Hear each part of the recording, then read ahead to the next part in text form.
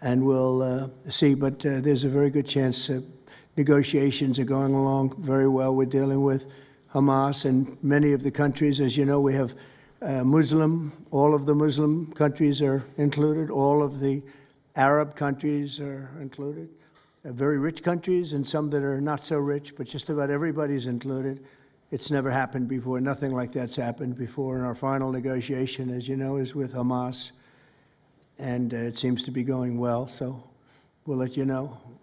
If that's the case, we'll be leaving probably on Sunday, maybe Saturday, maybe a little later than Saturday evening, but that seems to be our schedule. It should be clear to all Americans that we have a very serious left-wing terror threat in our country.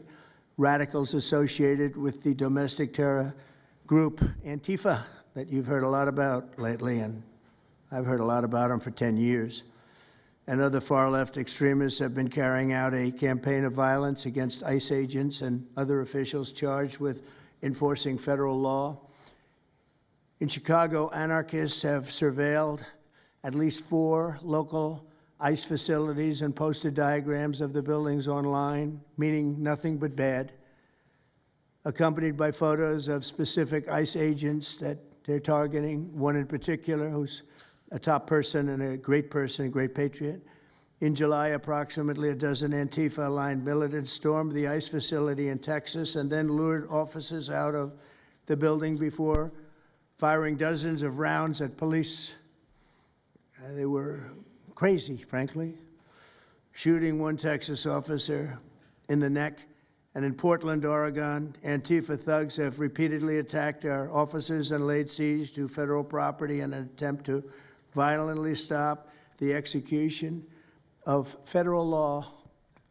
Everything we're doing is very lawful. What they're doing is not lawful. And what the governor and the mayor of, as an example, you could say of Portland, and you can say certainly of Chicago, it's not lawful what they're doing. They have to be very careful. In addition, 2 weeks ago, a radical left terrorist in Dallas conducted a sniper attack on a local ICE facility, killing 2 people and leaving behind a note that read, "Hopefully this will give ICE agents some real terror." That's bad. This attack came the very same month that Charlie Kirk was assassinated by a far-left extremist who inscribed the words, "Hey, fascist, catch," meaning catch the bullet, onto the bullet shelf itself. The epidemic of left-wing violence and Antifa-inspired terror has been escalating for nearly a decade. At universities, Antifa has organized riotous mobs to attack campus speakers. I see it all the time. And these are agitators, anarchists, and they're paid. And you'll find that out. You'll be finding it out very soon. You should see what we have on these people. These are bad people. These are people that want to destroy our country. We're not going to let it happen.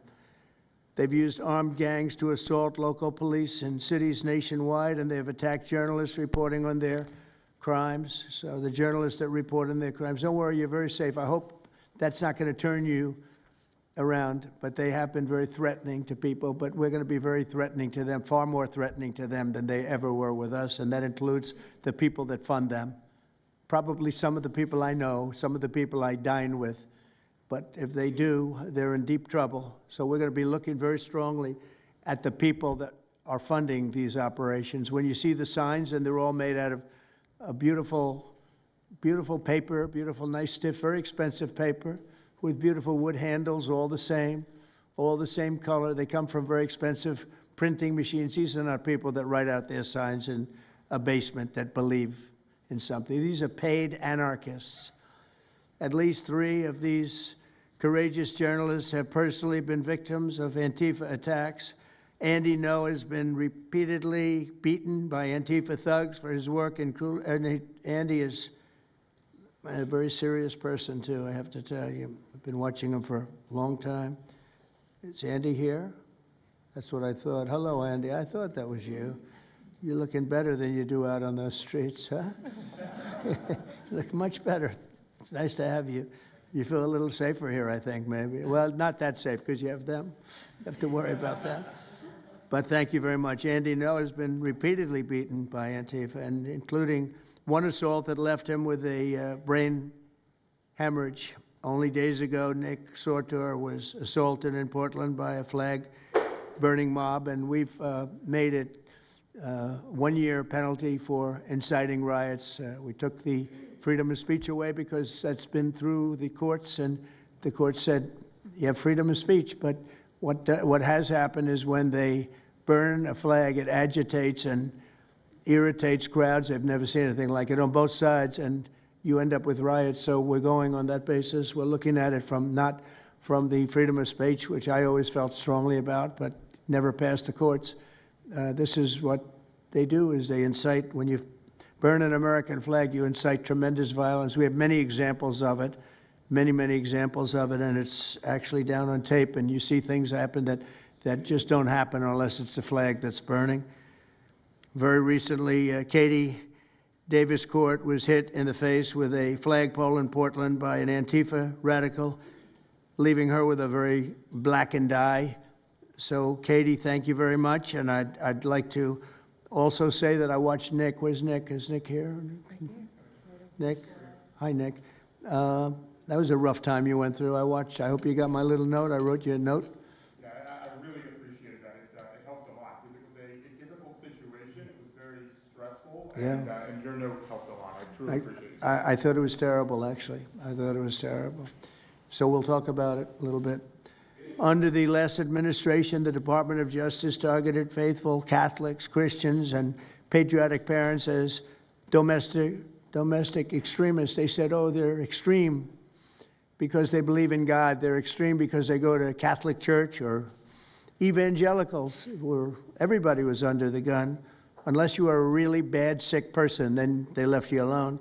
Under the Trump administration, we're going after Antifa criminals, and all who fund and support their campaigns are in serious trouble. And we have a lot of records already, a lot of surprises, a lot of bad surprises. It's people that you would never think. I want to thank Attorney General Pam Bondi, who, by the way, yesterday was incredible in Congress. It was amazing, and she just did it from the heart and the brain, because she's very smart, in all fairness. But she did it from the heart, and she did it an incredible. Everybody was talking about it. She exposed some of these fake senators, these terrible senators, people like Blumenthal that had a phony war record. For 20 years, he talked about what a hero he was, and it turned out he never went to Vietnam. For 20 years, he talked about being a hero in Vietnam. Then it was exposed when he said what platoon he was with, and it was exposed that somebody was watching from that particular platoon. They said he was never. And then he went out and he cried, and he was ready to drop out of the election. And disgraceful. And then he looks at people like Pam and he starts criticizing her, and she's a patriot. They ought to do something with that. You know, we have a young congressman that's right now in jail for lying about where he went to college and other things. It was, you know, frankly not good. It was pretty bad. But it was nothing compared to Blumenthal. I mean, what Blumenthal did, he was for 20 years a hero, a great war hero. And then he sits back and, you know, sanctimonious kind of a guy, looks down, how dare you do this to the American public, you know? What a fake. But I thought Pam was incredible yesterday, as well as Secretary Kristi Noem, who's really out there courageously, and I appreciate it, Kristi, amazing what you're doing. FBI Director Kash Patel, who's really coming up with some great information, Kash. It's great. Keep it coming, because there's plenty of it. Deputy Attorney General, one of the best lawyers you'll ever find, Todd Blanche, who I know personally is a good lawyer because I'm here. Thank you very much, Todd. Good job, Todd. Let me ask Attorney General Bondi to say a few words, and then we'll follow it up with Secretary Noem and Director Patel. And we're going to have some of the people around the table, very courageous people, and they're going to be talking, journalists, almost all, and they're going to be talking, and we'll take some questions from the press at the end. Okay, Pam, please. Thank you, President Trump. And as you made clear, Antifa is a domestic left-wing terrorist organization. We've seen them on video for years because they wanted to be seen and they got away with it. They beat journalists, they attack courthouses, they attack police stations, they dox and assault our law enforcement officers. The Biden administration let them commit these crimes with total impunity for years. So did Democrat leaders like Pritzker and Mayor Brandon Johnson. Last week, independent journalist Nick Sorter was arrested just for protecting himself against Antifa. I saw it online and I called Nick. I couldn't believe what happened. He did all this just trying to save our American flag from being burned. He was pushed down and assaulted, yet the local police arrested Nick, not the Antifa thugs who did this to him. Antifa feels empowered to operate in the open because weak Democrats have turned a blind eye to their actions. Their hatred for President Trump and for law and order agendas fuels their violence. We've seen more than 1,000% increase in attacks against our ICE agents since January 20th. Secretary Noem is out there fighting for you firsthand to keep our federal officers safe, to keep our federal buildings safe, and we're not going to have it anymore, these thugs. We saw what's happening in Portland and Chicago, and you saw what happened in Dallas. No longer. This is not activism, it's anarchy. We can't and we will not let masked terrorists burn our buildings, attack our law enforcement, and intimidate our communities. Under your leadership, President Trump, we're deploying the full might of the federal law enforcement to crack down on Antifa and other domestic terrorist organizations led by Stephen Miller. And Stephen, thank you for everything you're doing. Last week, I issued a memo ordering our federal law enforcement agents, DEA, FBI, U.S. Marshals, and ATF to protect ICE officers from Antifa and other radical left-wing violence. Director Patel has been going non-stop. He and Deputy Attorney General Blanche were in Chicago yesterday. While Secretary Noem was in Portland, we are around this country fighting against this domestic terrorism. We had Apple and Google take down the ICE block apps. Hope they continue to comply with that. It's threatening the safety of our federal law enforcement officers. We're not going to stop at just arresting the violent criminals we can see in the streets. Fighting crime is more than just getting the bad guy off the streets. It's breaking down the organization brick by brick. Just like we did with cartels, we're going to take the same approach, President Trump, with Antifa. Destroy the entire organization from top to bottom. We're going to take them apart. Thanks to your bold leadership and the designation of Antifa as a terrorist organization, which is exactly what they are, Americans will no longer tolerate their unhinged violence. Thank you. Thank you very much, Pam. Christine. Well, thank you, Mr. President, and thank you for hosting today and focusing on Antifa and the terrorists that they are. Let's not make any mistake. These individuals do not just want to threaten our law enforcement officers, threaten our journalists, and the citizens of this country. They want to kill them. Their agenda is to destroy the American people and our way of life, and this president is standing in their way. He is stopping them from bringing their death and their destruction to the individual citizens in this country that just want to raise their kids and their grandkids in peace and in safety. I want to also thank everyone around this table for being so bold and so brave, for standing up and recognizing the threat that Antifa is to our way of life. By recognizing how advanced they are, how sophisticated their networks are, how they've infiltrated our entire country, and we're seeing them play out with their tactics from city to city, and how they have built out their funding mechanisms. And sir, I also want to thank our Treasury Secretary for his work in getting to the bottom of these funding mechanisms and individuals who are perpetuating this violence on our American cities. I was in Portland yesterday and had the chance to visit with the governor of Oregon and also the mayor. They're in town, and they are absolutely covering up the terrorism that is hitting their streets. While you talked about some of the stories of our ICE agents, our Border Patrol agents, how they have been attacked, how they have been shot at, injured, the damage that they've done, these leaders in these local cities, along with Pritzker and Johnson, ignore what's going on, or, sir, they're helping Antifa cover it up. We have arrested dozens of individuals that are Antifa members or affiliated with them, and I want to thank our Attorney General for prosecuting them and making sure they never see the light of day again. They have been so bold in making sure we're bringing those individuals to justice. One of the individuals we arrested recently in Portland was the girlfriend of one of the founders of Antifa, and that we are hoping that as we go after her, interview her, and prosecute her, we will get more and more information about the network and how we can root them out and eliminate them from the existence of American society.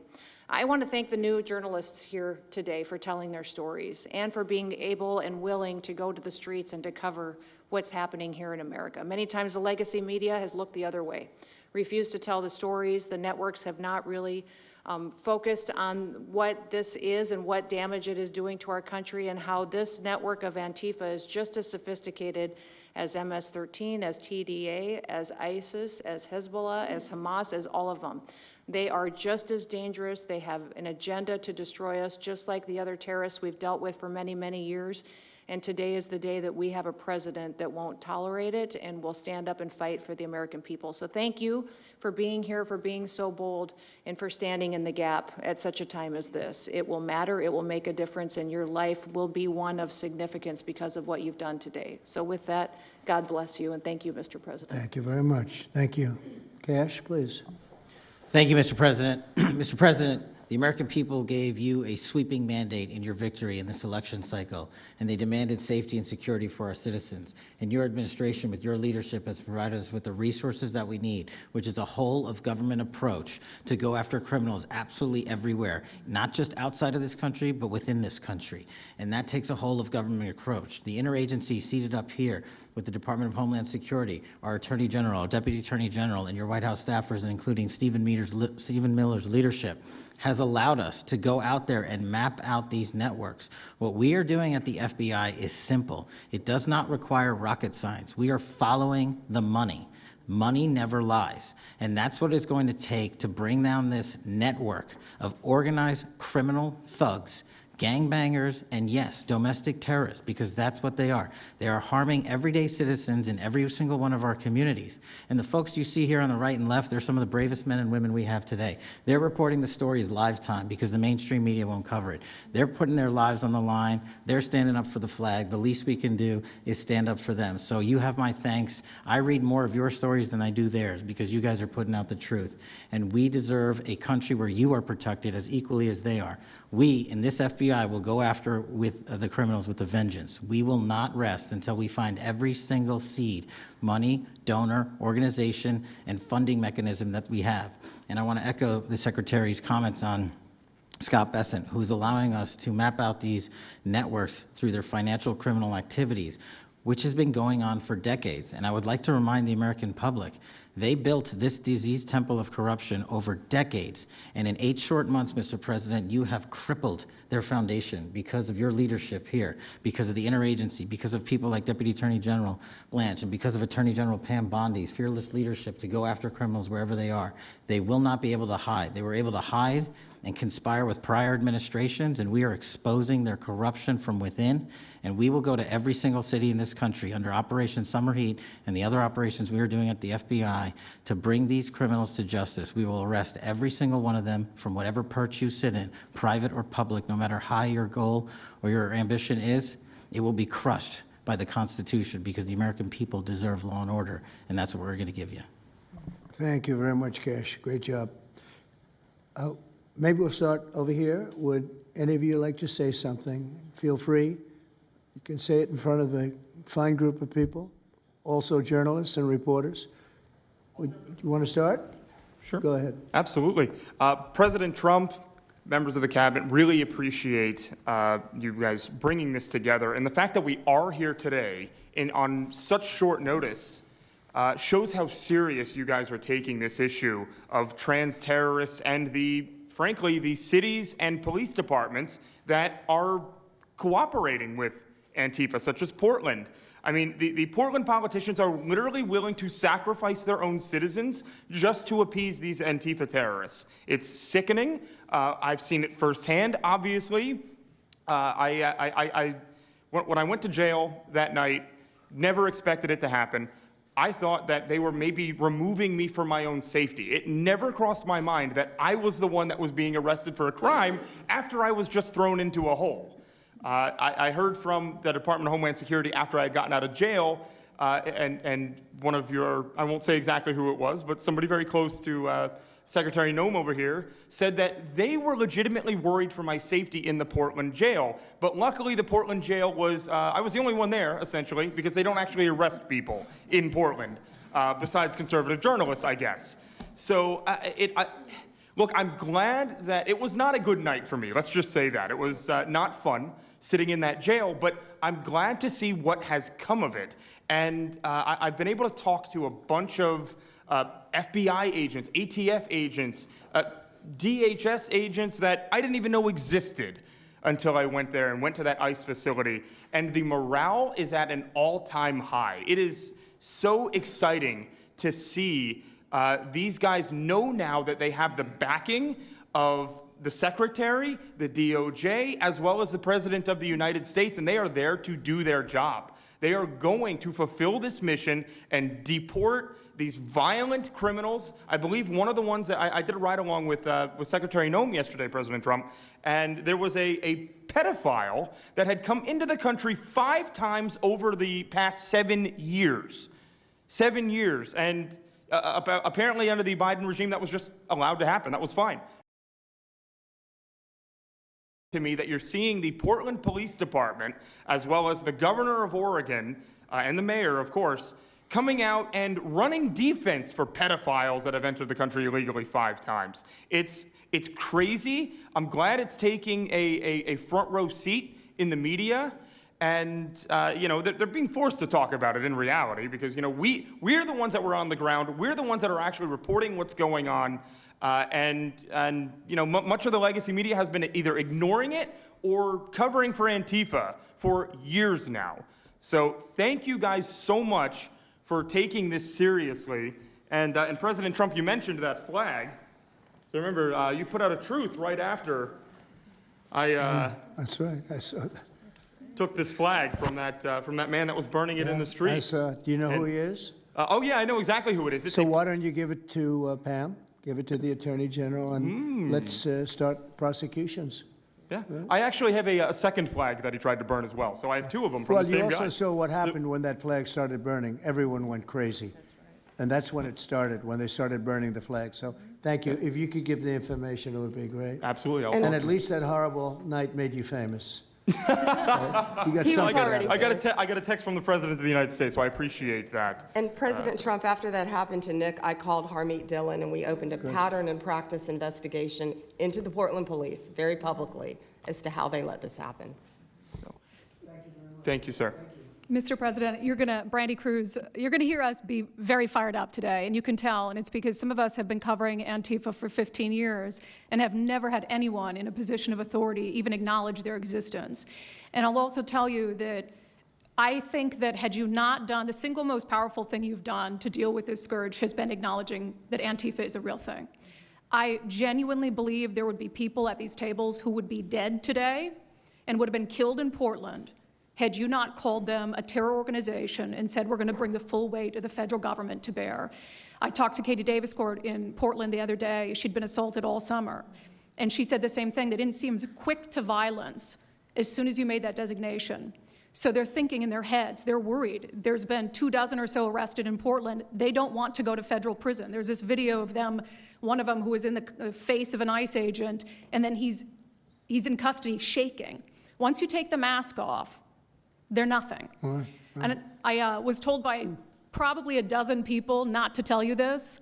I'm going to tell it to you anyway, because it's relevant to what we're talking about. I'm living proof that you can recover from TDS. I had strong Trump derangement syndrome for probably 8 years. This is one of the reasons I recovered from it. And by the way, it's much better to not have TDS. I'm happier, I'm healthier, more successful. I even think I got a little more attractive after I got rid of my Trump derangement syndrome. Yes. You know, I'm a reporter in Seattle, and frankly, I could not care any less what any of you have to say about this meeting. Could not care any less. We're not here for you. I'm not here to convince any of you that Antifa is a real thing, because if you have not come to that conclusion by now, you are never going to come to that conclusion because you don't want to see it. And you're going to go and you're going to say it's a bunch of right-wing conservative influencers who are here spinning a tale. I was one of you. I was a mainstream reporter in Seattle for 10 years. I was a TV reporter on the streets doing my job, and I was still assaulted by Antifa. So it's not about being conservative, it's about people who go there and show what they're doing. And when I saw, after all those years, that the media wouldn't be honest about what was happening, that Democratic politicians wouldn't be honest about what was happening, I thought, well, gosh, if they're not being honest about that, maybe they're not being honest about President Trump either. And it opened my mind to just looking at things for what they were. And now I find you quite funny, actually. Now it's like I said, I'm much happier about it. But you know, for me, again, I could not care any less the stories that they go to print. This is what I care about. We have 3.5 years. Nothing is guaranteed, although I think if Democrats keep it up, we'll probably have Republican presidents for the next 3 decades. But nothing is guaranteed, and so what I want to see over the next 3.5 years is a full court press to dismantle Antifa once and for all in a meaningful way. I know, Andy, we talked before this about some ideas. That's really what we want to, I don't care what the media says, I don't care what Democrats say. They will never wake up to this fact. So we want the federal government to take as many of these cases as possible, look at the interstate travel between Portland and Seattle when it comes to these people who are committing violent acts, and hopefully in 3.5 years, they will be a shell of their former selves. Very close to that, and it's Antifa and many others, unfortunately. Yes. There are many others, bad ones. Most have been named terrorist organizations. There are a couple that we're going to, but I think we've got it pretty well covered. But there are many others, but very specifically today it's Antifa, and it's really bad, and we're going to get it cleaned up. Andy, do you have something? Thank you very much. I'm glad you no longer have TDS. I feel very good about that. Thank you.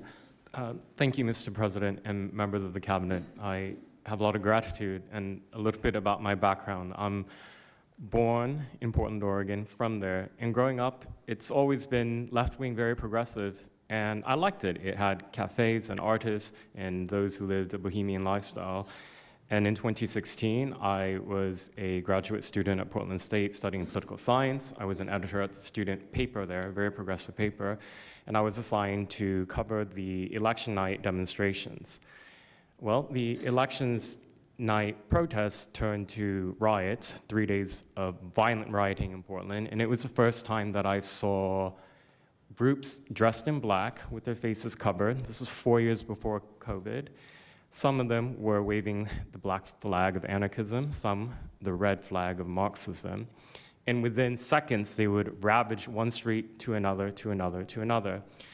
And the next day, I would read the legacy media, which I still read at that time and looked forward to, and I looked up to those journalists. And I was really shocked to see that the narrative was that these, in my view, anti-democratic political violence was legitimate acts of protest because people were concerned about racism or all these other lies. And so for the next 4 years, I just continued going out with my video camera. I thought, look, people can ignore what I write because of spin, but videos can quite speak for themselves. And in 2019, it led to me nearly losing my life. I was covering another Antifa protest turned riot. At that point, had been routine in Portland, and then I was ambushed in a mob beating. And I had never been in a fight. I didn't even realize that I was being assaulted until seconds in. And the punches came from everywhere on my head and my face, and I was bleeding out of my eyes and ears, and then they threw all the drinks in my eyes to humiliate me further and to laugh at me. And I was rushed to the hospital in an ambulance and CT scan, and I had subarachnoid hemorrhage, which is bleeding in the brain. I nearly died. And after surviving that, the reporting that I saw in liberal media it seemed to suggest that I had deserved it, because they branded me far right, and some even went so far as to suggest that I maybe faked my injuries. A BuzzFeed reporter asked for my medical records, which I did provide, but this felt so, it's like because I didn't die in that attack, there was another round of people who wanted to finish me off. But I continued, and then 2020, Portland was really the epicenter of the longest political violence. Those months of riots, I was on the ground, undercover, And there was an assassination there. There was a supporter of Donald Trump named Aaron Danielson who was shot dead by a self-described Antifa member who then fled out of state and died in a shootout with U.S. Marshals. In 2021, I returned undercover, naively thinking that enough time had passed, and was chased through the streets of downtown and beaten, nearly choked out. The person who was trying to choke me out held me so tightly that I had the blood, the vessels in my eyes burst. So one of the symptoms were my eyes were completely red after that, and I was hospitalized. So thank you so much for acknowledging Antifa and for directing your administration to treat them as domestic terrorists. It's going to be really challenging because how they organize is that they are decentralized, autonomous, and they operate on deception. And we're still to this day told that they don't exist, that it's a figment of our imagination. I think the DOJ could look at federal conspiracy charges. The state of California and San Diego County last year broke up an Antifa cell in San Diego. And I think maybe perhaps the State Department should designate Antifa, its international arm, as a foreign terrorist organization, FTO. So thank you so much for this invitation, Mr. President. Thank you very much, Andy. Great. That's a rough time you had, huh? So the chokeout was almost the end, you felt? Yeah, that was my only near-death experience in my life, and I'm quite shaken when I think about it now. It really feels unbelievable to me that on the streets of America that this type of violence against citizens could become so routine and accepted and cheered on by people. Although, you know, in the immediate aftermath of Mr. Kirk's assassination, we saw again that type of depravity play out on quite large swaths of the left. So there's a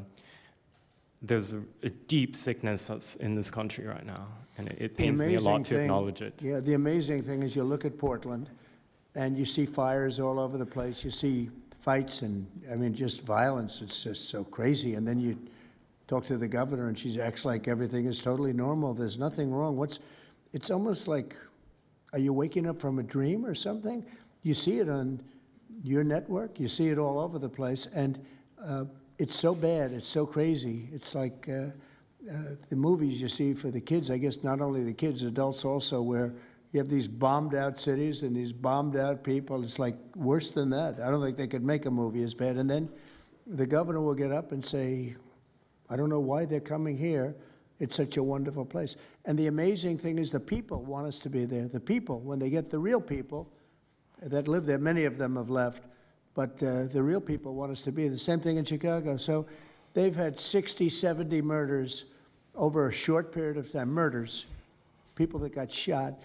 They've had hundreds of people shot, and then a guy like Pritzker, or this low IQ mayor, gets up. I mean, he got up, he's got a 5% approval rating, and the people are all against him. They want people to come. Beautiful black women are wearing a MAGA hat last night on television. Beautiful people. And they said, we don't care who comes, just stop the crime. They don't care, frankly, they don't care if it's National Guard and military. Send in anybody you want, stop the crime. And they're afraid to go out. They can't even go out. And then a guy like Pritzker, think of that, 50, 60, 70 people over a short period of time murdered, actually murdered, mostly gun violence, but knives, but gun violence, they're murdered, and hundreds of people shot. They had one weekend where they had like 18 murdered and 71 shot. But they said, you know what their excuse is? Yeah, but it was a long weekend. In other words, it was a long weekend, so that was okay. And then Pritzker gets up and he says, like, I don't know what they're talking about. We don't have crime here. They're crazy. I think actually they're petrified. You know, their families live there, everything else. I actually think they're scared. Pritzker was a failure in his family. They threw him out of the family business. Guy's a loser. But you know what? They actually, I believe they're scared. They're actually frightened for their lives. Jack, please say a few words. Mr. President, thank you so much for having us here today and holding this roundtable. Antifa is real. Antifa has been around in various iterations for almost 100 years in some instances, going back to the Weimar Republic in Germany. And it's now been just under 1 month since we saw a far leftist murder Charlie Kirk, and we saw thousands upon thousands of people, other far leftists and people in positions of authority, people like nurses and pilots and doctors and HR departments celebrating the death and the murder of Charlie Kirk. This sickness that's out there is absolutely real. And Mr. President, thank you for mentioning the fact that one of the bullet casings read, "Hey fascist, catch" on it. One of the other bullet casings right next to that had Bella Ciao written on it. Now, Bella Ciao is a song that is known in Antifa circles as the international anthem of Antifa. And all of us around this room that have studied Antifa, we're very familiar with these symbols. And Mr. President, I think the situation is getting worse. When you look at people like Luigi Maggioni, in his 20s, Thomas Matthew Crooks, of course, who took a shot at you, sir, the ICE shooter in Dallas, and now this Tyler Robinson, we're starting to see a pattern of more and more murderous violence. And this same violence is not just random. It is targeted assassinations, which are getting worse. And every single one of us in this room that goes out there, and obviously you as well, sir, and all the staff, we are now under that threat every single day. And working there at Turning Point USA, and I've spent just about the last month out there in Phoenix with Erica, with the family, with the team. And I will tell you this, Mr. President, even though going through something like that, which is an absolute nightmare, and people say, you know, what was it like to speak in front of all those people? It was horrible. Every second of it was horrible. But we're not going to quit. And Turning Point USA is continuing the tour that Charlie was on. We had 6,000 people when we went back to Utah. We had 5,000 people last night in Montana, if you can believe that. We are continuing to organize on campus. We are getting more and more people coming out in the face of this threat, knowing what happened to Charlie. But Mr. President, we need to do something about this, because I fear that the next one who could be killed could be sitting at this table right now. And we're not going to stop, but they need to stop, and they will not stop until they are stopped. Thank you. Thank you, Jack. I appreciate it very much. One thing I have to say is that Washington, D.C. was almost as bad. I don't know what could be worse than Portland. You don't even have stores anymore. They don't even put glass up. They put plywood on their windows, but most of the retailers have left. But Washington, D.C. was so bad, and Pam, I'd say it took 12 days to really make it pretty good, and a month to make it great. And now people are going out to dinner. The restaurants are booming. They don't have enough seats. They're opening up new restaurants because many of them closed. And people are walking down the street totally safe. A reporter, I'm not sure if she's there. I can't see somebody reported there. She is. She was violently assaulted. And I don't know, she tends to be somewhat liberal, but she wasn't liberal on this one. I appreciated your honesty, but that won't happen again. It won't happen again. You're lucky you're alive, frankly, with what happened. I know exactly what took place. So Washington, D.C., our capital, we thought we'd start there appropriately, and it's safe, and people are so happy. They're so happy. And now it's a couple of months. I went to dinner there. I felt totally safe. I gave a press conference right in the middle of the street, which I don't think Secret Service was thrilled about. But, you know, I'll tell you what, I wouldn't have wanted to do it 6 months ago. It's incredible what happened. Now we're in Memphis. As you know, we're having a great impact in Memphis. It's been only a week, but it's, Cash, I hear it's been amazing what's happening there, just very early. But you take a look at D.C. and you take a look at some of the other. We've had a big impact. What we haven't said, because Pritzker said, well, crime is going down in Chicago. Well, 5 months ago, Cash went to Chicago with a lot of FBI agents just to prepare it, so that we went in with, I guess you could call it a surge, call it whatever you want, but would be even more effective. And we're going to be doing that, and very, very strongly doing that, because Chicago is a very unsafe city. It's a great city. The head of the Union Pacific Railroad said, sir, please save Chicago. It's a great city. It can be saved. Other cities are gone. I mean, they're lost. They can get better, but they're just really, they've been so decimated. But I'm so proud of what they've done so quickly in D.C., and it's taking place quickly in Memphis, where we were asked to go by the mayor and by the governor. and it's really incredible what we can do and how fast we can do it.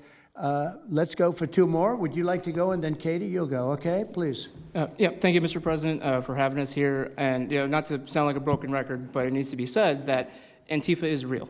Yeah. It's real. It's a threat. I just saw them last weekend over in Portland while they're causing mayhem over there. And the reason why there's such a big problem is because we have Democrats and a lot of people in the mainstream media refusing to acknowledge that they even exist, right? So how can we as a country begin to address it if we have large swaths of these people who are supposedly decision makers and people who are supposed to inform, they don't want to say that it exists. Because the common argument is like, well, they're not a real organization because there's no national leadership, they don't have a national headquarters, so how can law enforcement go after a group that doesn't exist like that? Well, law enforcement goes after criminal groups that organize to rob banks or do smash and grabs. They don't have a registered LLC, they don't have official membership cards, they don't have a business address, but law enforcement still goes after them because they're working as a group. These people don't just show up, randomly at the same time to do the same thing, dressed in a very similar fashion, espousing the same ideology. And they say, well, it's an ideology. It's like, well, yes, it's an ideology because there's people alive, present, that believe in it, and they're acting on it. And so I've been very well aware of what Antifa's been doing. I was very busy during the riots in 2020. That was probably my most exposure to them prior to this year. I've been at the ICE facility at Broadview. I'm originally from the Chicagoland area, unfortunately, but that's where I grew up around. Like I said, I was in Portland. I was covering the riots in Los Angeles as well. And probably one of the most disturbing parts about that is, in addition to Antifa being present, they were tagging the streets with CJNG, which is Cartel Jalisco Nueva Generación, which is a cartel. So you have these people who are working basically in concert with other terrorist groups to say that we're here, we're present, and we're gonna attack federal agents and people who are gonna expose what we do. And so, to be clear, political violence, sustained political violence that we're seeing in this country is not a both sides issue. I was, I was at Charlie Kirk's memorial in Glendale recently. Conservative gathering, totally peaceful. It was the most peaceful gathering that I've been at. Every other time that I've been covering violence in the streets, just this year, just this year, it's always been from left-wing people, radical left-wing people. And it's not even just Antifa anymore. The shooting that happened in, the defensive shooting that happened in the Chicago area, that wasn't someone dressed in black bloc. That was just somebody that had taken upon themselves to go out and try to interfere and ram federal vehicles. So people are becoming more and more radicalized, and it was to be expected, unfortunately. And the reason why we're in this position today is because after I was done covering the riots, I was at the border from the San Diego sector all the way down to the Rio Grande Valley sector, covering the border crisis month after month. And we all knew the solution to that. We all knew why it was happening. It's because, well, it's racist to have a border. It's like, well, actually, it's not, but okay.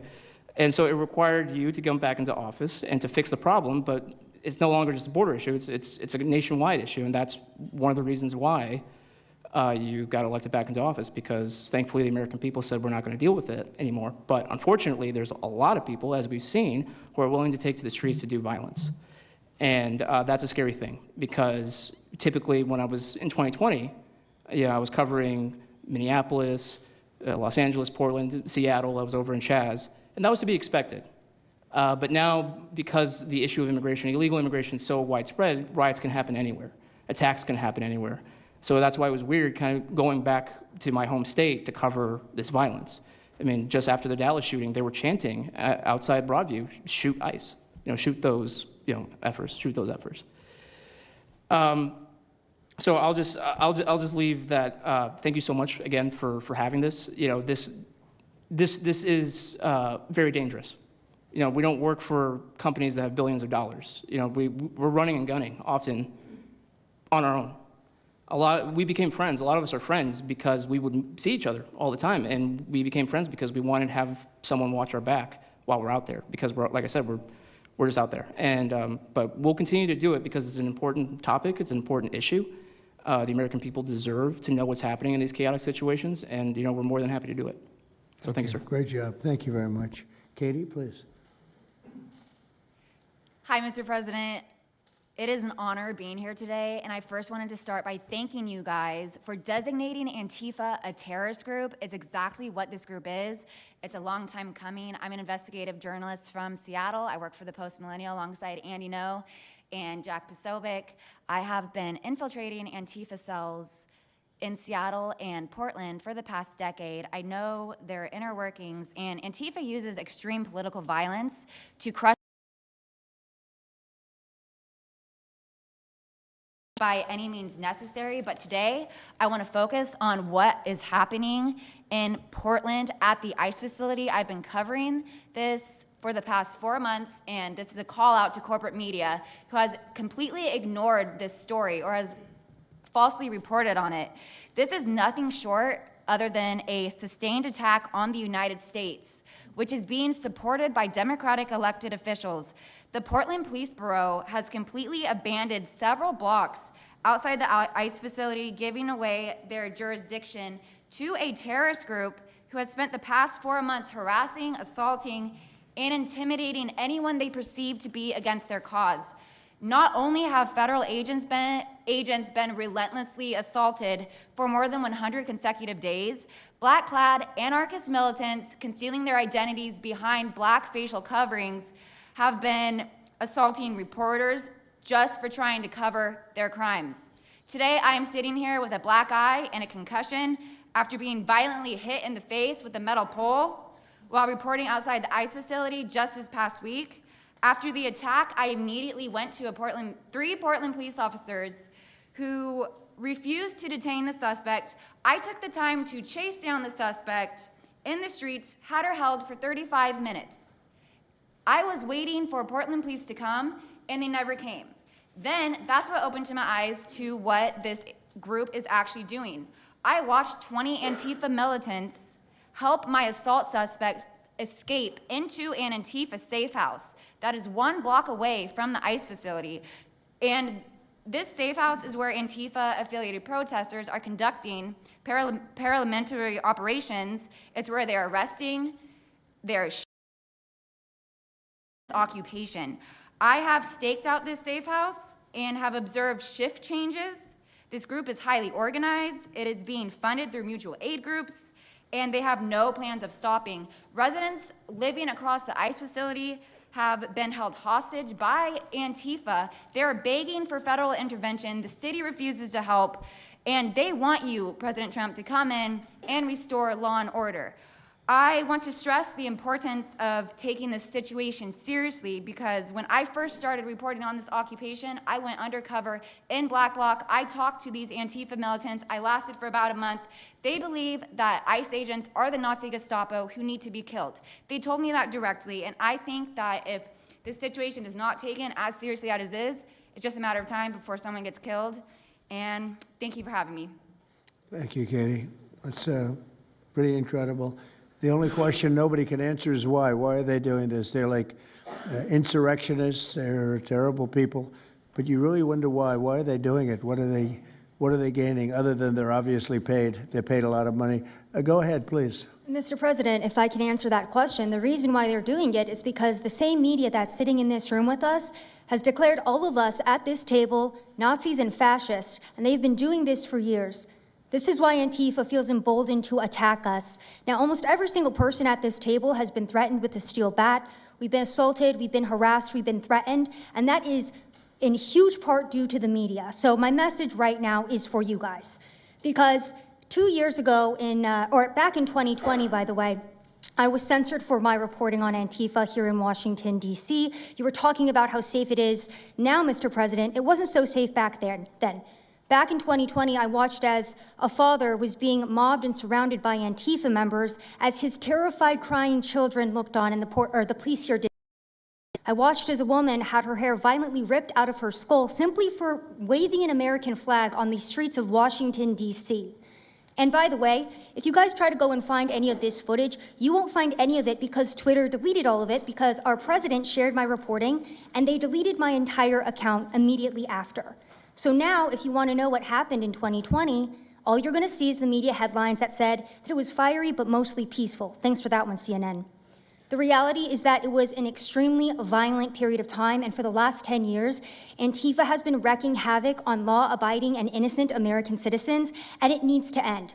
Now, I'm with Turning Point USA. It's an honor to be here, Mr. President. Thank you guys so much, everybody in the administration, for giving us a seat at the table, because the media has not only been demonizing us for so long, but immediately after the brutal assassination of our founder, Charlie Kirk, our Turning Point USA chapters have seen an uptick in violence across the nation as Antifa chapters that are embedded in our universities go and target them. It's been extremely difficult to report on the ground, and for a long time I was afraid to go to Portland because I knew that the only people who would have my back, like Julio said, were one of my friends on the ground because there is no police force there. I was terrified to go because I knew if I got shot or stabbed, and I have been assaulted, I've been mobbed and robbed in Austin, Texas by Antifa, that nobody would come to help me. So my plea to the entire administration, especially to the DOJ, is every single radical left-winger who is in front of the ICE facility in Chicago, in New York, in Portland, please make sure that you use the full force of the law to come after each and every single one of them, because it is us being soft on left-wing violence that has fomented all of the terror that we have seen in this country, and it is the left wing getting away time and time again with assaulting law-abiding American citizens that has led us to this place. So truly, to the Americans that I speak to on the ground, they feel completely abandoned by their state and local government. So please step in. You have Americans begging for the National Guard. And to the media over here, please report on the truth. Please do your jobs. I'm an American citizen. Everybody at this table simply views ourselves as American citizens who have an iPhone and the will to actually tell the truth. So please take your job seriously and tell the truth to the American people. And thank you for letting me be here on behalf of Charlie to continue his legacy of cleaning up the country. Thank you, Mr. President. Thank you very much. Appreciate it. Wow, you feel very strongly, I can see. I'm mad. I got beat up so many times, Mr. President. My friends have gotten beaten up, and I want to cry right now from happiness because we have been completely ignored for so long. For almost 10 years, we've been getting assaulted on the streets. I have watched children cry as their parents have been attacked on the streets. That should not be happening at our nation's capital. So please, again, the DOJ, please utilize the full force and go after each and every single one of these people. Fantastic. Thank you very much. Great job. Impassioned. That's important, because you should feel like that. Please, go ahead. Mr. President, thank you for having us here and bringing together this panel of brave journalists, everybody on this side of the room. And no one can speak to the violence better than these people here. So I think we know that this is not just a story about violence and chaos, as you alluded to, Mr. President. This is a money story. And at the Government Accountability Institute, my colleague and I, Peter Schweitzer and our team, we followed the money, and we followed it to the top of what we call the protest industrial complex, Riot Inc. And we found a network of NGOs. It's not just the Soros network, the Open Society network, it's other funding networks, the Arabella funding network, the Tides funding network, Neville Roy Singham and his network, Foreign Cash. And it's also big left-wing funders. Some of them are not citizens of this country. Mr. Hans-Jörg Wyss of Switzerland. They're pouring money into this entire ecosystem. And so I want to share 3 money facts with you about what we call Riot Inc. Number one, like any corporation, Riot Inc. has many divisions. It doesn't just have the Antifa boots on the ground division. It has PR divisions. It has marketing divisions. It has a very well-funded legal division to get these boots on the ground back on the streets as quickly as possible.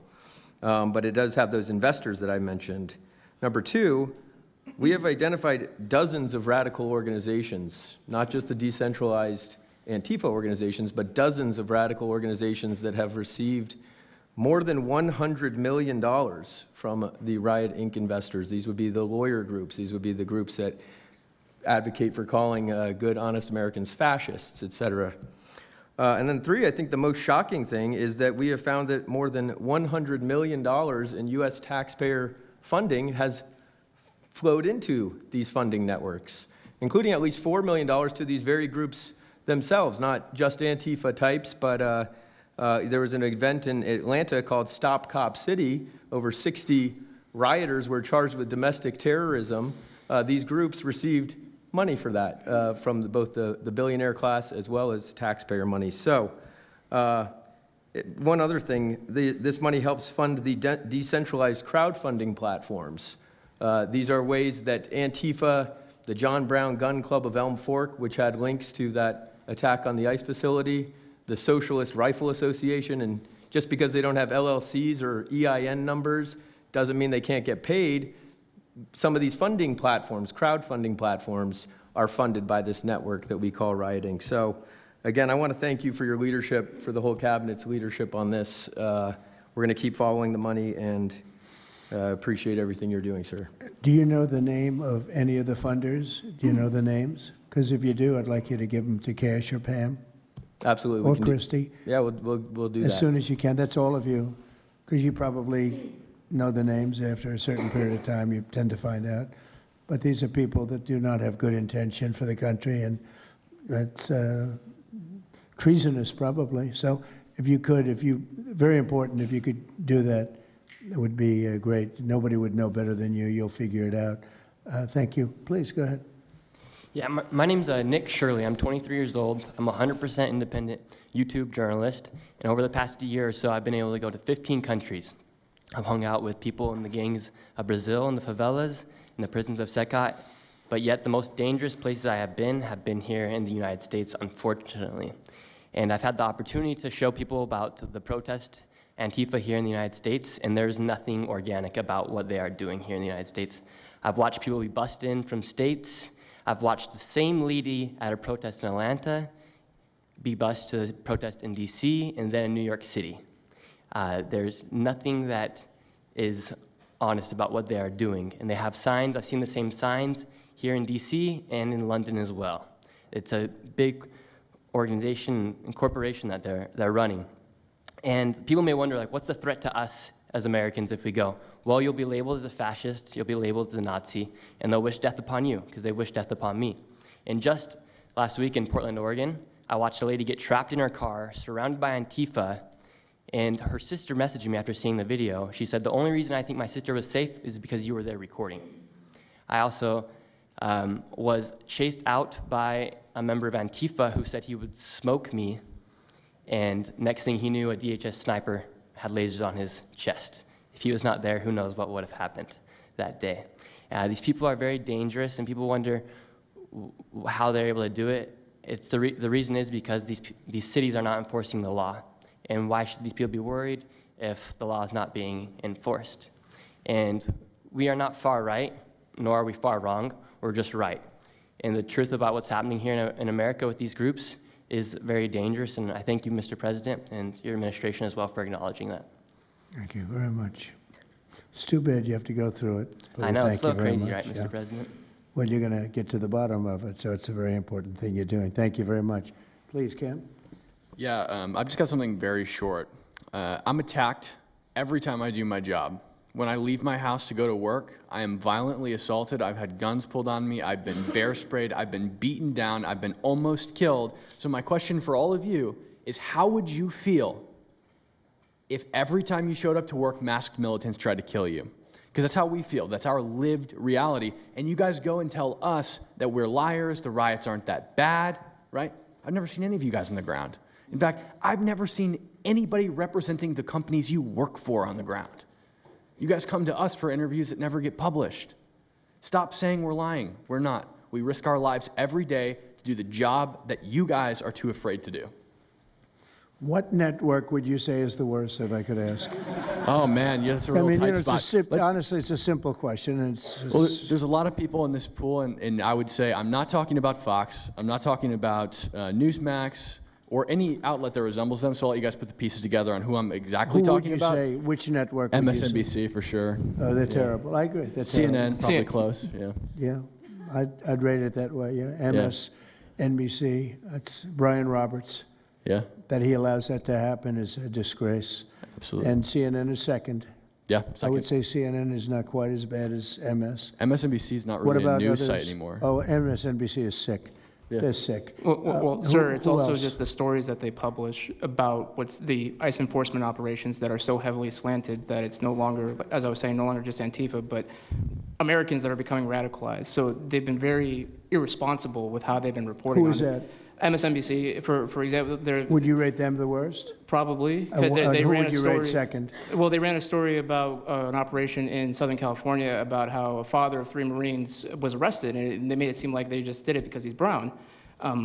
But there's video of that same man charging at the agents with a weed whacker. Now, I've worked with weed whackers back in the day, and you don't want to be on the receiving end of one of those. So that's why he was arrested, but the story was presented as if it's a brown guy just simply being arrested. And I've been around ICE agents, and I'm a citizen, so I feel fine. But it's just that's why. It's not just Antifa. It's not happening in a vacuum. It's multiple it's working factors. in conjunction. I think they work in conjunction with some of the media. I think ABC is very bad. I think NBC is very bad. And CBS has a new owner, so we have hope for CBS. CBS has a great new owner, my opinion.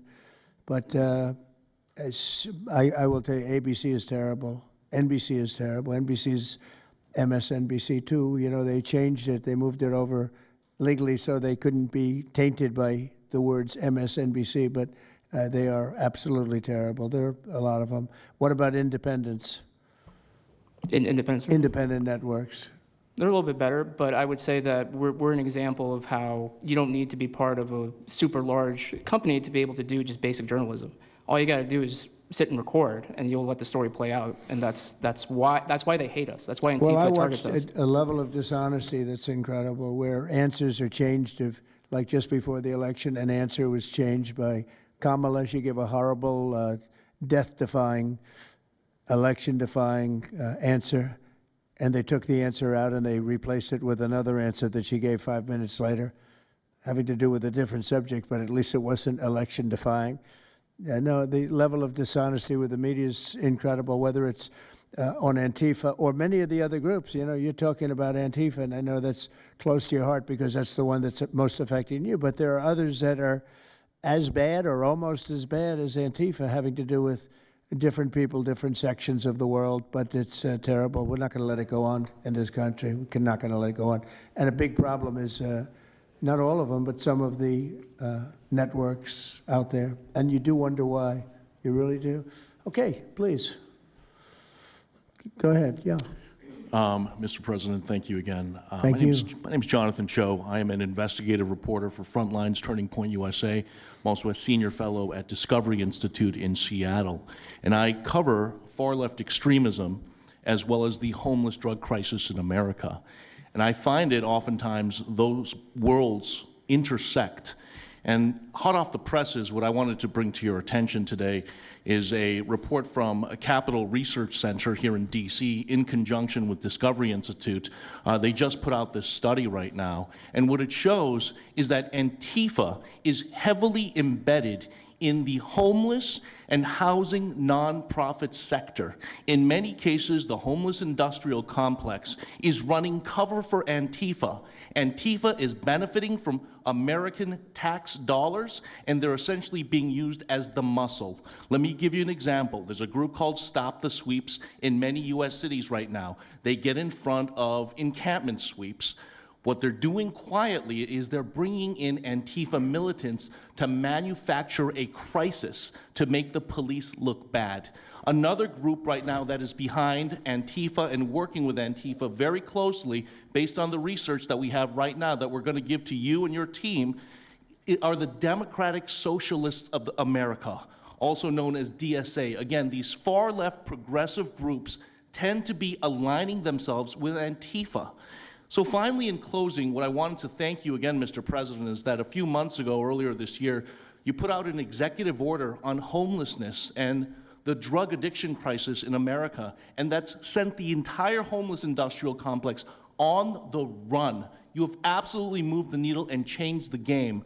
But what's also come out, again, is that there is a connection, a deeply embedded connection with the homeless housing nonprofit game in America, connected to Antifa and the far-left activists. And finally, I just wanted to say that all of our resources at Turning Point USA and Discovery Institute are at your disposal, and we will continue, again, to carry on the legacy of Charlie Kirk. He would have wanted us to pursue and chase the story. Well, he was a good friend of mine, as you know, and he helped us get elected, us. It really is us. It's even some of them, but not too many of them, not enough of them. And did you notice when we mentioned CNN and MSDNC, the cameras went off. 2 of the cameras immediately went off, but they're not going to cover it anyway. The problem we have is that this is a very important meeting, but you'll see very little press about it. These are major statements being made by major people, including the people right here, and you're not going to see too much about it. They don't like to cover this kind of thing. So it's very dishonest what's going on there. I think the press is a big factor. Please, go ahead. Thank you, James. Mr. President, thank you so much for having us all here to bring attention to this matter. You know, you did mention MSDNC, CNN, a handful of those other outlets that have been lying about, I mean, various things, but especially what ICE, the brave men and women over at ICE have been doing. I was talking to ANTIFA members in Portland the other day, and you know, a lot of these people genuinely believe, they buy these lies, and they genuinely believe that they're fighting against literal Nazis and not brave men and women that are putting their lives on the line to basically, you know, enforce basic immigration law, right? That everyone seemed to agree with up until maybe a few years ago, a handful of years ago. So once again, thank you so much for having me. My name is James Klug. While my primary job is traveling around the country, having conversations with Americans about various political topics and issues, you know, I have had a lot of run-ins with Antifa over the last 5 years. And I do think that Antifa is a primary reason why many conservatives are afraid to go out and protest and make their voices heard and maybe bring friends and family to a demonstration and exercise their First Amendment right, because they are literally deathly afraid. And I talk to these people all the time. They're afraid of militants showing up in black bloc and hurting them and their families.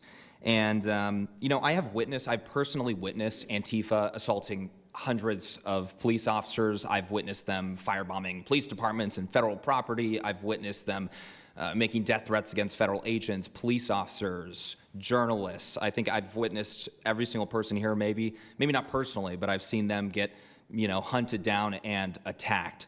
And so, you know, this is a group that is responsible for a good percentage, if not a majority, of the violent riots in 2021 and 2020 when Democrat mayors had a kind of a hands-off approach with these left-wing militants. Just as a quick reminder for everybody, we're talking about dozens of murders that happened in those riots. We're talking about billions of dollars of damage to property and communities all over the country. We're talking about thousands of officer injuries. So this isn't just like some little thing that they're, you know, oh, they punch a journalist here and there. No, they're responsible for a lot of damage and a lot of people that have, you know, unfortunately died and basically suppressing people's voices, you know.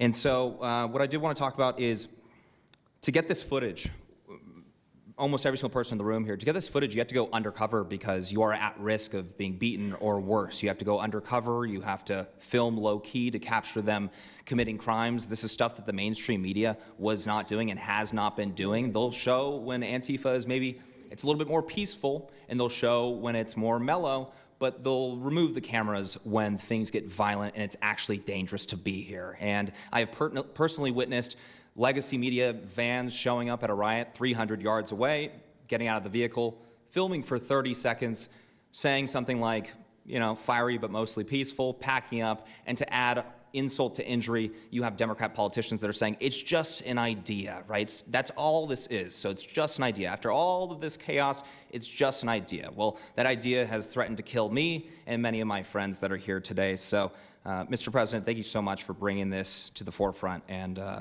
it's definitely making a big change. Really appreciate you. One question. So why is it there are numerous groups? I mean, Antifa is terrible, but you have other groups that I guess probably are almost as bad or just as bad.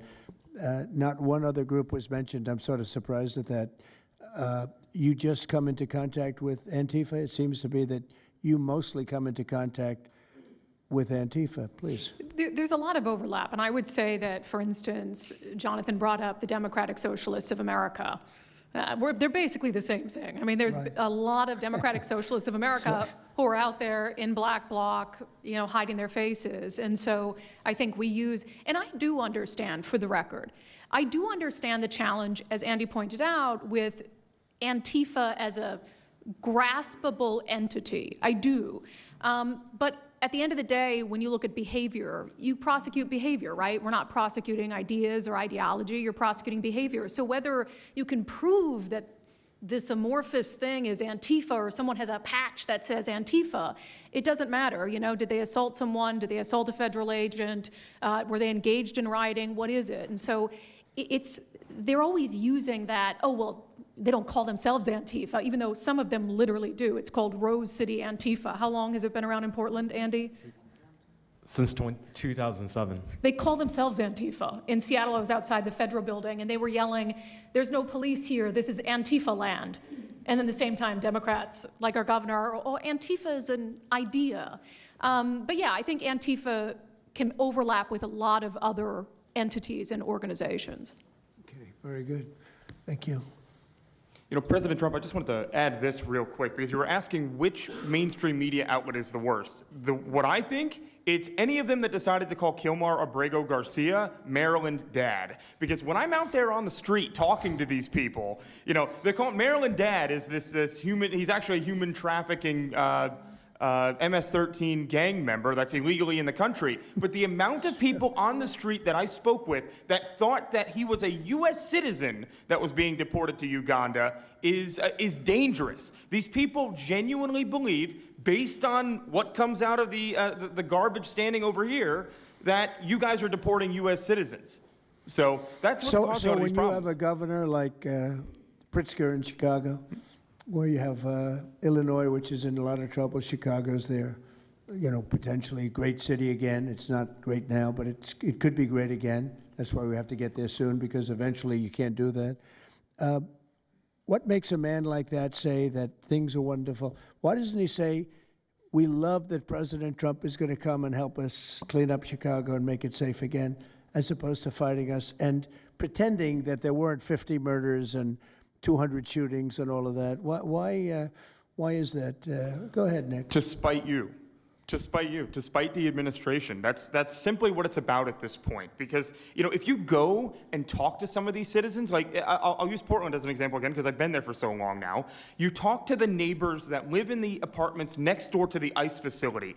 There are veterans with PTSD that live there, and they're here all night long, screaming, fireworks being lit off by these rioters, children crying, because they, you know, can't sleep at night and they're scared of all the noise outside, and they can't leave. They can't. I mean, they got a lease. You can't just leave. These people aren't wealthy individuals, and that's one of the major problems here. And these people are afraid to come out and speak out, and they're getting no help from their government at all. They've been begging for the noise ordinance to be enforced outside of their apartment complex for months now, and the city of Portland has ignored them every single time. The victims are, as I said, they're afraid, but the governments aren't doing anything because they want to spite the administration. It's all political. And the politicians make you feel like you're foolish, like there's something wrong. Like, how could President Trump be saying that about Chicago? And yet the night before you see that, you know, 11 people were shot, 5 people died, and you have him talking about like it's a wonderful situation. They make you feel guilty. And a lot of people don't get over that. They just don't get over it. I think they convince the people. Do wealthy people leave too or not? Places like Portland, are the wealthy people leaving? People that can leave, are they leaving?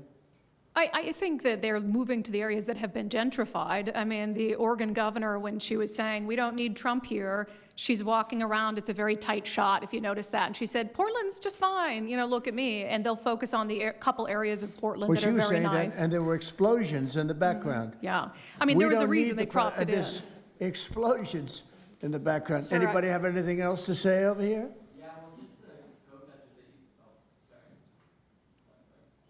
And then we'll get, should we be taking questions, or is it just a waste of time? Because they're going to ask questions, but, well, there's Brian, he's good. But you know what?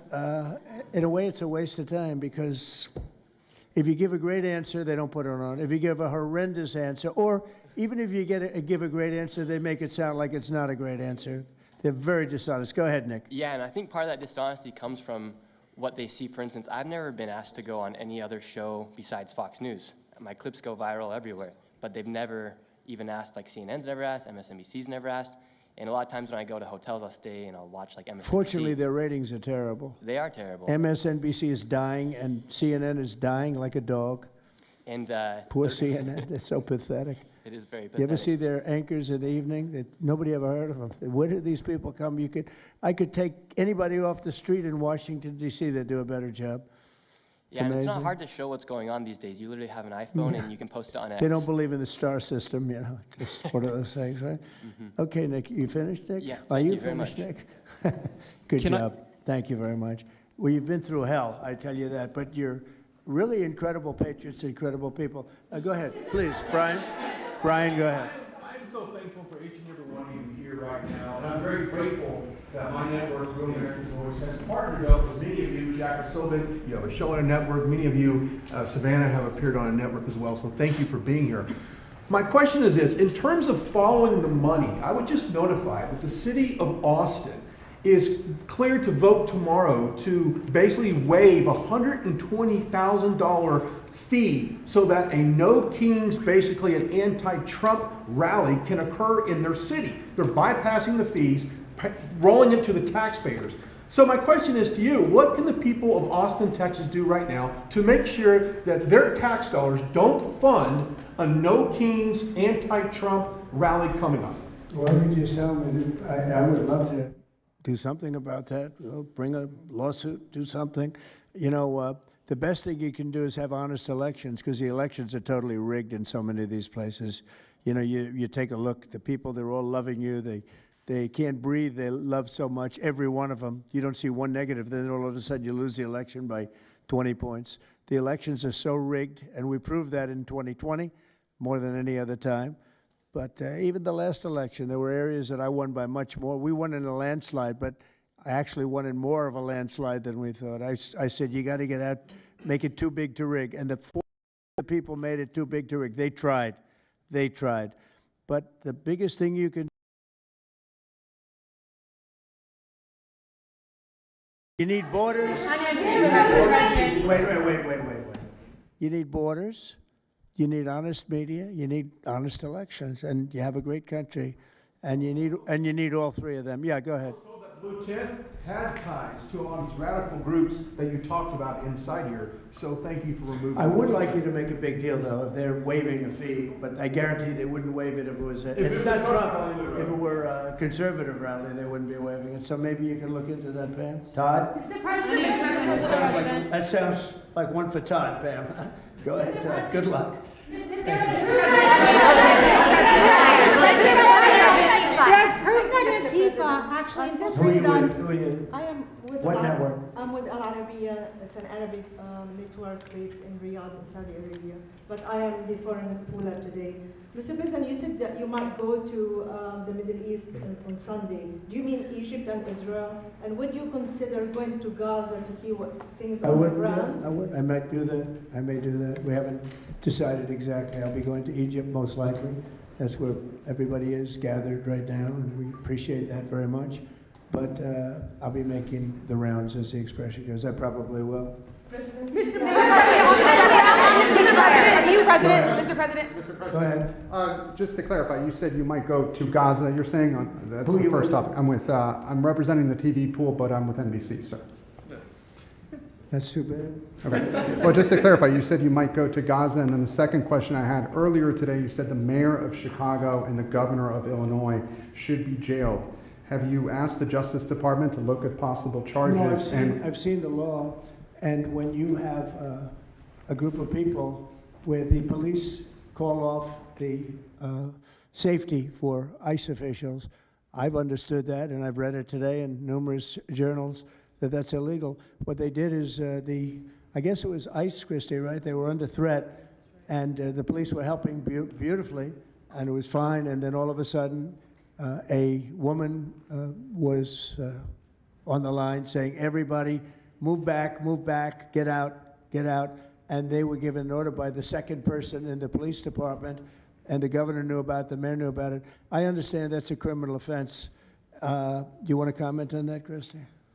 Yes, sir, we're seeing that kind of pattern happen with local law enforcement and state law enforcement, not just in Illinois, but also out in Oregon, too. In fact, in Portland, I was there yesterday, but some of the ICE officers were telling me that as they drove by the rioters that were saying, kill ICE agents, Molotov cocktails, melt ICE, that the Portland police were cheering them on and had their fists in the air cheering on the rioters that were threatening their lives. So in Chicago, we had a 10-car caravan trail our ICE officials and pin them down. And those ICE officials, to get out of their vehicles, a woman tried to ram them and run them over, and shots were fired to get them to safety.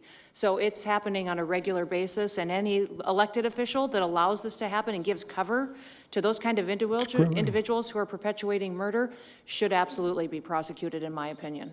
Mr. President. Daniel. Thank you, Mr. President. And by the way, we have Marco Rubio. Marco, come on up here, please. He's going to bring a little stability to this group. Come on up. Does everybody know Marco Rubio? Is there anybody that doesn't? Some of the reporters don't. That's why they shouldn't be reporters. Which job is he here for today, Come sir? on up here, Marco. Anything we should know about the Middle East? That's what we're hoping to talk to you about here, Mr. President. He's doing a good job. He was born for this job, I can tell you. Daniel, please. Mr. President, thank you very much. I have two questions for you, if that's okay. Seamus talked a little bit about the money aspect of this. Do you believe if you go after where the money is coming from with Antifa, in regards to Antifa, do you believe that would be similar to cutting the head off the snake, so to speak? And It would help. You know, I don't know that it would be totally complete, but it would certainly, you'd knock out 75%, 80%, 85%. These people, a lot of them don't believe it. You know, when they, I watch them, I say, I can almost tell a pro by, they're like professionals. That's all they do. And they get paid by somebody. I think it would knock out a lot of it. Yeah, not all of it maybe, but a lot of it. And then a follow-up to that is a lot of the people who we've listened to over the last hour, they've emphasized that Antifa, it's not necessarily this big organized thing. It's a bit ambiguous. It's deorganized. I think that's one of the words that Andy used. What is the challenges of going after a group that makes it intentionally difficult to go after and find? That could be for you, the Attorney General, anyone up there. Well, they're smart people, and they deceive. A lot of them are crooked people. A lot of them have been staying out of trouble their whole lives, and they've been bad from the day they were born, frankly. But these are sick people. Pam, go ahead, please. Well, they're smart, but they're not smart enough. Oh, my microphone's broken. They're smart, but they're not smart enough. They have been covered by these liberal cities for so many years. And that's why we're all working with Treasury, with all these different departments, to find the criminal conspiracy. Okay. I'm just giving. Yeah, I was just given a note by the Secretary of State saying that we're very close to a deal in the Middle East, and they're going to need me pretty quickly. So I will take a couple of more questions. Please. Thank you, sir. I also have two questions for you, if I may. Have you given any more thought to possibly suspending habeas corpus to not only deal with these insurrectionists across the nation, but also to continue rapidly deporting illegal aliens? Yeah, it's suspending who? Habeas corpus, sir. Oh, I don't know. I'd rather leave that to Christie. What do you think? No, sir, I haven't been a part of any discussions on that. All right, go ahead. In the ceasefire This is CNN speaking, by the way. So, are you this is participating? one of the worst reporters that you'll ever see. I don't even want to take a question. It's a waste of time. Go ahead. Mr. President, how will you decide which workers get back pay and which workers do not? Well, we're going to see. Most of them are going to get back pay, and we're going to try and make sure of that. But some of them are being hurt very badly by the Democrats, and they therefore won't qualify. Go ahead, please. What will the administration do to foreign Antifa organizers and funders who are located overseas? Go ahead. In the yellow, please. So the Nobel Peace Prize will be announced on Friday. You've been nominated by many world leaders. By many, many countries. That's many right. countries, as well as the hostage families. Do you think you will win? I have no idea. I mean, look, I did settle. Marco would tell you we settled 7 wars. We're close to settling an 8th. And I think we'll end up settling the Russia situation, which is horrible. 7,000 people died last week, by the way, in Russia, between Russia and Ukraine. I think we'll settle that. So I don't think anybody in history settled that many, but perhaps they'll find a reason not to give it to me, you know? Perhaps they will. President Trump personally participating in the ceasefire negotiations. Thank you. Going to the shutdown quickly, what is your position on the extension of healthcare subsidies, which is what Democrats are asking for? All I want to do is very simple. I want to get the country open, and then we're going to discuss that. And we'd like to, Obamacare is a horrible mess, and it has been from the beginning. We want to make it better, stronger, even if it costs more money, we want to make it better. The Democrats want to make it worse. The Democrats want to approve health care for illegals coming into our country, many of them coming in from prisons and mental institutions and drug dealers. They want to give them health care. We don't want that for our people because that's going to destroy the health care that we already have. We'd like to make Obamacare better for people, less expensive and better health care. Yes, ma'am. Mr. President. I'm wondering if you've been briefed on the organization and funding of Antifa, and if so, what have you learned? I have been, and they have pretty good knowledge, but they're going to have a very good knowledge. And I really ask these very brave patriots that we're surrounded with today to let us know, because I think you probably have some pretty good ideas. And even if you're not sure, let us know and we'll figure it out, okay? If you could do that.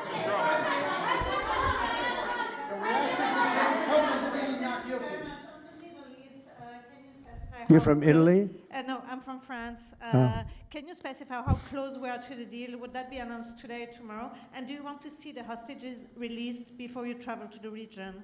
No, I think I'll probably go maybe before the hostages are released or shortly thereafter, pretty much shortly thereafter. Yeah, please. Participating in the negotiation. Go ahead. Who are you with? Who are you with? The Center Square. I had the honor of asking you originally if you would designate Antifa a terror organization. And I stand here before you today, and I'm echoing what Andy said over here. Are you going to work with your administration as the Secretary of State's here? Are you going to work with your administration to designate it a foreign terror organization? You mean it a terror? Antifa? A foreign terror organization. Well, has that been done? Pretty close, right? Would you like to see it done? Yes, Mr. President. You think it would help? They have foreign I'd be links glad all to across do it. Western I think it's Europe. the kind of thing I'd like to do. If you'd like, does Middle everybody East. agree? If you agree, I agree. Let's get it done, okay? Let's get it done. Marco, we'll take care of it. Mr. President. That's international, you mean? Yes. International. Mr. President. Sounds good to me. Foreign terror organization. Steve, are you okay with it? Yes, it's true. There are extensive foreign ties, and I think that would be a very valid step to take. Good, I think so too. Yes. Good, I think it's a good point. Thank you. President Trump, are you planning on fully participating in this? On the shutdown, we are now about 1 week away from military service members missing their paychecks. We'll always take care of our military. Would you encourage Congress to pass a standalone bill to pay our service members? Yeah, that probably will happen. We don't have to worry about it yet. That's a long time. You know what 1 week is for me? An eternity. 1 week for me is a long time. We'll take care of it. Our military is always going to be taken care of. Yeah, please. Blue dress. Blue. President, Rebecca with Blaze News. I'm curious to know, so you're talking about the money funding these Antifa organizations, and somebody brought up Roy Singham, I think it was you, who, by the way, is married to one of the co-founders of Code Pink, this infamous left-wing organization. I'm curious to know the administration. Who is that? Who is that? Roy Singham. He's married to. No, did you say they're here? No, he's not. A journalist brought him up, but he Oh, I is, see. Okay. Yeah. Okay. Seamus, thank you. Good bring up. Excellent. Go ahead. He's somebody who's been reported on extensively, and I'd love to know what the administration is going to do to actually bring consequences to some of these names. You mentioned. Well, I don't know the name, but I would like to ask Pam to take a look at it. You know, a lot of the best information we find are through you and other people like you, so I'd like you to look at it, Pam.